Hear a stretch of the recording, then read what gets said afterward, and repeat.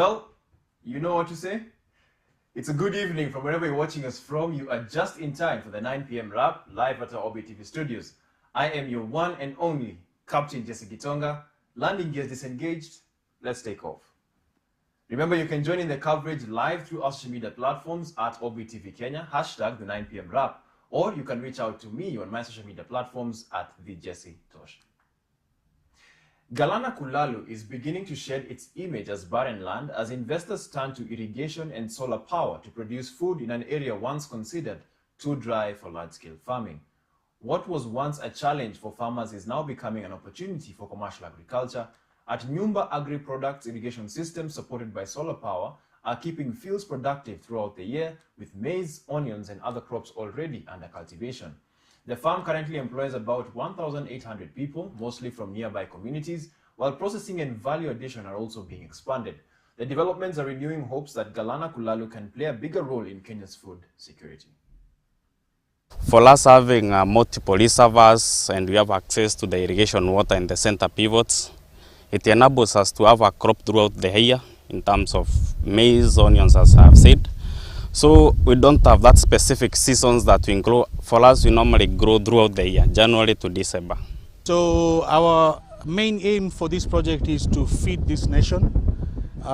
So everything here which is being harvested, it's really going to our locals. We are not exporting anything. Everything here will be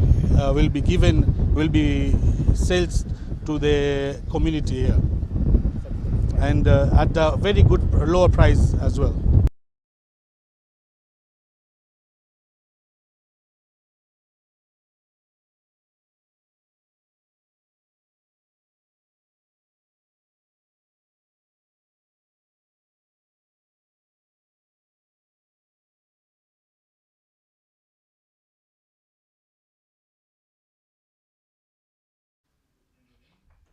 Calls for accountability within the National Police Service have intensified, with activists staging protests outside Jogoo House and demanding the resignation of Inspector General of Police Douglas Kanja. The protesters say they want answers over alleged police brutality, deaths in custody, and reported abductions as questions continue to be raised over the conduct of security agencies. Activist Julius Kamau chained himself for greater accountability and independent investigations.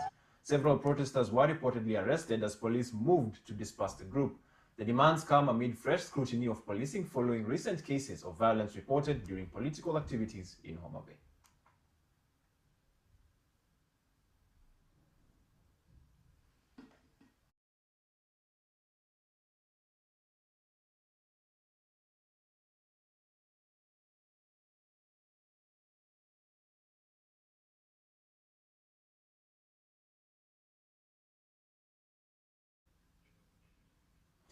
There is a need for young people to avoid being used as tools of political incitement as the country prepares for the next year's 2027 general election. Speaking after officially closing the annual youth conference at the Narok New Life Church Camp Center, youth leaders and experts say national unity can only be maintained if young people stay away from politicians promoting divisive politics. The leaders have also urged politicians to conduct peaceful campaigns to avoid plunging the country into chaos. This comes as Kenya continues to experience political violence and disruptions at political rallies, with the Linda Mwananchi group being the latest to come under attack during their Homa Bay tour yesterday. Vijana wetu ningewaomba ya kwamba the Bible says that they obey. As our theme of this year camp meeting, ningewaomba. My message to the church and to the young people, especially such a time that when we are heading into elections, that let our young people be calm. Let our young people exercise their democratic rights of making choices by ensuring that they don't go violent. They demonstrate their democratic right at the ballot box by choosing the person they want.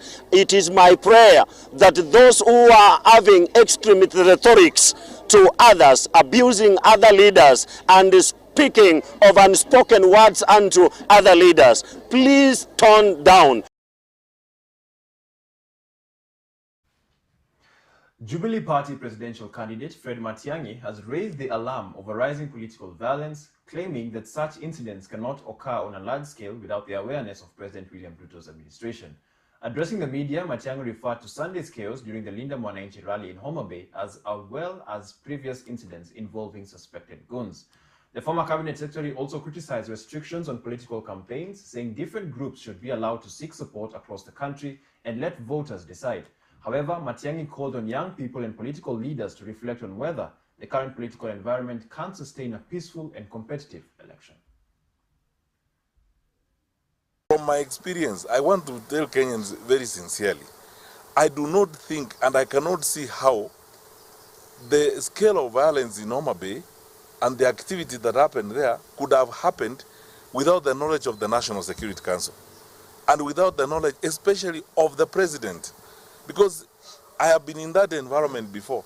The president receives executive intelligence briefings wherever he is. We are already in a crisis. We have now begun our final descension into anarchy as a country. Let's not pretend about it. When you look at the scale of destruction, the pain and the losses in Homa Bay, we have begun our descension into chaos. And clearly, the president and his government have chosen that path. Because ask yourself the question, you can go far back to the attacks in Odaya. We have begun our final descension into chaos. The question now for us as Kenyans is, how do we approach this and what are we going to do? We are beyond condemning, beyond threatening, beyond asking for action. Former Deputy President and DCP party leader Rigathi Gachagua has met with 3,000 mobilizers at his Wamunyoro residence in Nyeri County, describing them as his long-standing political pillars. Gachagua thanked them for their support throughout his political journey and briefed them on the collaborations he is pursuing ahead of the 2027 general election. He also sought their blessings for his bid for the Kenyan presidency, urging them to continue strengthening grassroots support as he tours the country. Additionally, he asked them to organize a major political rally in Karatina town tomorrow. Mimi niko na shukurani kwa nyinyi kama viongozi. Kwa ile mumesimama na mimi.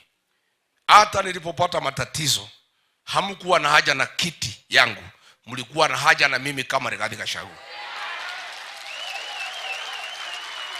Na ndio nilisikia pale Masishi captain nikiambia Kasongo. Nikamwambia ulinitoa kwa kiti, lakini kunitoa kwa hii roho ya hii watu haiwezekani. So mimi nasema nyinyi kama hamngekuwa watu wazuri, kama mlikuwa na haja na kiti yangu ya deputy president, mngeniwacha. Lakini hata nilipotolewa mumesimama na mimi na maombi. Nataka niseme asante. Nataka watu ya nyumbani niseme asante. Mimi najivunia ya kwamba ninapendwa nyumbani. Pia mumenipatia amani. Nimekuwa na wageni hapa siku 50, hamunjakanyanga hapa kwa gate. Mumeniheshimu, nasema malizana na wageni. Sikiza wageni. Na ndio nikasema nikimaliza kusikiza wageni niite nyinyi sasa tuongee. Si ndio? Kwa hivyo mimi nataka nitoe shukurani kabisa watu ya nyumbani, na niseme sasa nimekuja kuambia nyinyi serikali ya 6 ndio mimi napanga nikiwa hapa Wamunyoro. Na nimuhakikishie, na mnanijua. Si mnanijua? Mimi napanga. Na itapatikana. Na hii jamaa ataenda nyumbani. One way. Kenya is stepping up efforts to develop its first nuclear power plant as the government seeks to diversify the country's energy mix.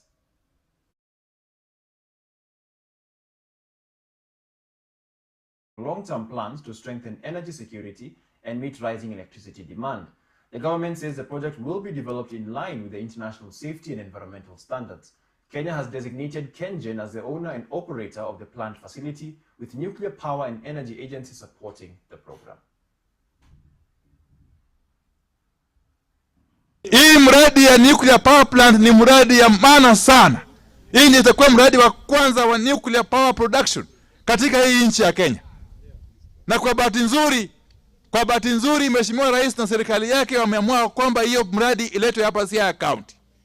Na hiyo mradi itagharimu karibu shilingi bilioni 500, nusu trilioni ya pesa.